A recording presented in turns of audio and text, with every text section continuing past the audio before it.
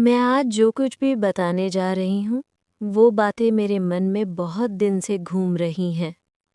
जब से ये सब मैंने देखा, मैं सन्न हूँ। मैं रत्नप्रिया हूँ, मेरी उम्र 23 साल है। अभी पिछली साल ही मेरी शादी हुई है। मेरी मम्मी आंगनवाड़ी में काम करती हैं। मेरे पापा नहीं हैं। लगभग 4 साल पहले ही उनका एक्सीडेंट हो गया था। मेरी मम्मी लगभग 38 साल की हैं। वो बहुत ही सुंदर हैं। उनको जो देखता है देखता ही रह जाता है। मेरी मम्मी को अपनी नौकरी की वजह से लगभग रोज ही बाहर जाना पड़ता था। जब तक मेरी शादी नहीं हुई थी तो मैं स्कूटी से उनको लेकर ब्लॉक ऑफिस या ज़िले के ऑफिस जाया करती थी। लेकिन मेरी शादी के बाद उनको बहुत समस्याएं झेलनी पड़ती हैं। मेरा घर गांव में है, जबकि मेरी ससुराल शहर में है। मेरे पड़ोस में एक लड़का दुर्गेश रहता है। वो इस टाइम पोस्ट ग्रेजुएशन कर रहा है। जब पिछली बार मैं मायके गई तो मैंने उससे बोला कि तुम मेरी मम्मी को ज़रूरत पड़ने पे ब्लॉक या ज़िले पे लेकर चले जाया करो, क्योंकि उनको पैदल जाने में प्रॉब्लम होती है। तो वो बोला हाँ ठीक है, जब उनको जाना रहा करे तो वो मुझे बता दिया करे।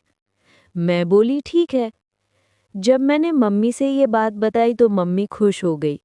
मैंने उसका फ़ोन नंबर मम्मी को दे दिया और बोल दिया कि जब आवश्यकता हो आप उसे बुला लीजिएगा। फिर कुछ दिन बाद मैं ससुराल चली गई।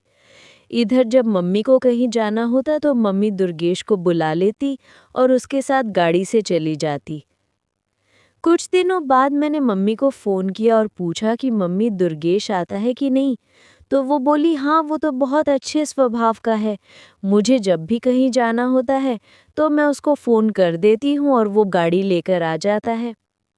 मैंने देखा कि मम्मी दुर्गेश के बारे में कुछ ज़्यादा ही उत्साह से बात कर रही थी। फिर लगभग 1 हफ्ते बाद मेरे हस्बैंड को मेरे मायके की साइड ऑफिस का कुछ काम था, तो मैं उनके साथ दिन भर के लिए मायके आ गई। मैंने इस बारे में मम्मी को नहीं बताया था कि मम्मी मैं दिन भर के लिए मायके आ रही हूँ। मैं मम्मी को सरप्राइज देना चाहती थी। लेकिन जब मैं वहां पहुंची तो मुझे बाहर दुर्गेश की गाड़ी खड़ी दिखाई पड़ी। हस्बैंड मुझे घर के सामने छोड़कर अपने ऑफिस का काम करने के लिए चले गए। दुर्गेश की गाड़ी खड़ी देखकर मुझे लगा कि मम्मी को कहीं जाना होगा, इसलिए दुर्गेश आया होगा। जब मैं गेट के पास पहुंची तो मैंने देखा कि दरवाज़ा अंदर से बंद है।